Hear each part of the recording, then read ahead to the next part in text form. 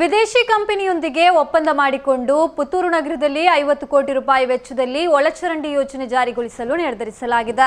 ಮೊದಲ ಹಂತದಲ್ಲಿ 20 ಕೋಟಿ ರೂಪಾಯಿ ಕಾಮಗಾರಿ ನಗರದ ಪ್ರಮುಖ ಭಾಗದಲ್ಲಿ ಕಾರ್ಯರೂಪಕ್ಕೆ ಬರಲಿದೆ ಎಂದು ಶಾಸಕ ಅಶೋಕ್ ರೈ ಹೇಳಿದರು. ಪುತ್ತೂರು ನಗರದ ಬನ್ನೂರು ಡಂಪಿಂಗ್ ಯಾರ್ಡ್ ಕಾರ್ಯಾರಂಭಗೊಂಡ ಕಂಪ್ರೆಸ್ಡ್ ಬಯೋಗ್ಯಾಸ್ ಘಟಕವನ್ನು ಉದ್ಘಾಟಿಸಿ ಅವರು ಮಾತನಾಡಿದರು. ಕಸವನ್ನ ಸಿಕ್ಕಲ್ಲಿ ಬಿಸಾಡಬಾರದು, ನಗರದ ಸ್ವಚ್ಛತೆ ಅತ್ಯಂತ ಮುಖ್ಯವಾಗಿರುವಂತದ್ದು. ಈ ವಿಚಾರದಲ್ಲಿ ನಾಗರಿಕರಲ್ಲಿ ಜಾಗೃತಿ ಇರುವಂತದ್ದು ಅಗತ್ಯ. ತ್ಯಾಜ್ಯ ಸಂಸ್ಕರಣೆ ಅತ್ಯಂತ ಮಹತ್ವದ್ದು. ಯಾವುದೇ ನಗರದಲ್ಲಿ ತ್ಯಾಜ್ಯ ಸಂಸ್ಕರಣೆ ವೈಜ್ಞಾನಿಕವಾಗಿ ನಡೆದರೆ ಮಾತ್ರ ಆ ನಗರ ಅಭಿವೃದ್ಧಿ ಪಥದತ್ತ ಹೋಗಲು ಸಾಧ್ಯ ಆಗುತ್ತೆ. ಪುತ್ತೂರಿನಲ್ಲಿ ಸ್ಥಾಪನೆಯಾಗಿರುವ ಕಸದಿಂದ ಗ್ಯಾಸ್ ಉತ್ಪಾದಿಸುವ ಘಟಕ ರಾಜ್ಯದ ನಗರಸಭೆಗಳ ಪೈಕಿ ಮೊದಲ ಪ್ರಯೋಗ ಎಂಬುವಂತದ್ದು ನಮಗೆಲ್ಲ ಹೆಮ್ಮೆಯ ವಿಚಾರ.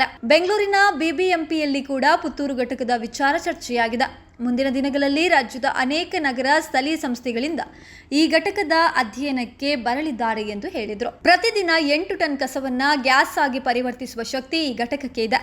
ಈಗ 3 ಟನ್ ಮಾತ್ರ ಹಸಿ ತ್ಯಾಜ್ಯ ಸಿಗ್ತಾ ಇದೆ ಎಂದು ತಿಳಿದು ಬಂದಿದೆ. ಮುಂದಿನ ದಿನಗಳಲ್ಲಿ 8 ಟನ್ ಹಸಿ ತ್ಯಾಜ್ಯ ಘಟಕಕ್ಕೆ ಸಿಗುವ ವ್ಯವಸ್ಥೆ ಆಗಬೇಕು. ಮಹಾಲಿಂಗೇಶ್ವರ ದೇವಸ್ಥಾನದಿಂದ ಸದ್ಯಕ್ಕೆ ಪ್ರತ್ಯೇಕ ಘಟಕ ಮಾಡುವುದು ಬೇಡ.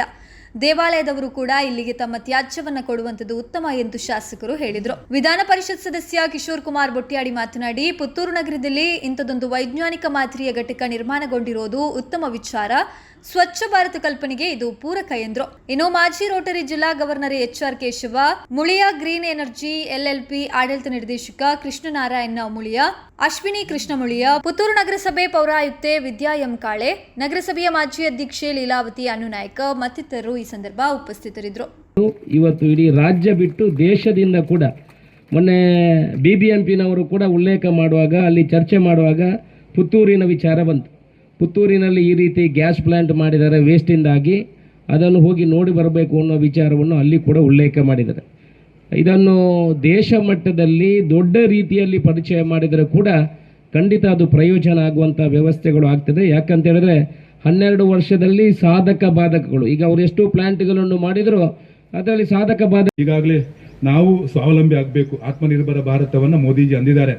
ಯಾವ ರೀತಿ ಅಂದಿದ್ದಾರೆ ಅಂದರೆ, ನಮಗೆ ಯಾವುದೆಲ್ಲ ಅವಶ್ಯಕತೆ ಉಂಟು ನಾವೇ ತಯಾರಿ ಮಾಡಬೇಕು. ಈಗ ಅಮೇರಿಕ ಇರಾನ್ ಯುದ್ಧದ ಕಾರಣಕ್ಕೋಸ್ಕರ ಕೆಲವು ಕಡೆ ನಮಗೆ ಗ್ಯಾಸ್ ಸಿಗುವುದಿಲ್ಲ.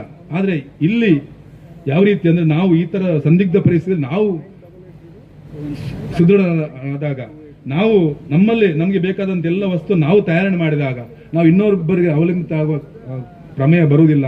ಆ ಕಾರಣಕ್ಕೆ ಈ ಸಂಸ್ಥೆ ಉತ್ತಮವಾಗಿ ಮೂಡಿ ಬರಲಿ. ಅದರ ಜೊತೆಗೆ ಮಹಾಲಿಂಗೇಶ್ವರ ದೇವರು ಇನ್ನಷ್ಟು ಶಕ್ತಿಯನ್ನು ಕೊಡಲಿ. ಆ ಭಗವಂತನ ಆಶೀರ್ವಾದ ಸದಾ ಈ ಸಂಸ್ಥೆಗೆ ಇರಲಿ ಅಂತ ಪ್ರಾರ್ಥನೆ ಮಾಡ್ತಾ, ನಾವು ಇನ್ನು ನಗರಸಭೆಗೆ ಒಂದು ಶಕ್ತಿ ಸಿಕ್ಕಿತಿಲ್ಲ. ಯಾಕಂದರೆ ಕಸವನ್ನು ರಾಶಿಗಟ್ಟಲೆ ಕಸ ಎಲ್ಲ ಕಡೆ, ನಮ್ಮ ಪಂಚಾಯತ್ ಹೋದಾಗ ಕೆಲವು ಪಂಚಾಯತಲ್ಲಿ 100% ಸಂಗ್ರಹ ಮಾಡ್ತಾರೆ. ಕೆಲವು ಪಂಚಾಯತಲ್ಲಿ ಮನೆಯವರು ಕಸ ಕೊಡುವುದೇ ಇಲ್ಲ. ಯಾಕೆ ಕೊಡುವುದಿಲ್ಲ? 50 ರೂಪಾಯಿ ಮಾತ್ರ ಚಾರ್ಜ್ ಮಾಡುವಂಥದ್ದು. ನಾನು ಅನ್ನೋದು ಅಲ್ಲ, 50 ರೂಪಾಯಿ ಚಾರ್ಜ್ ಮಾಡಿದ್ರು ಕೂಡ ನಾನು ಅಧಿವೇಶನ ಮೊನ್ನೆ ಮಾತಾಡಿ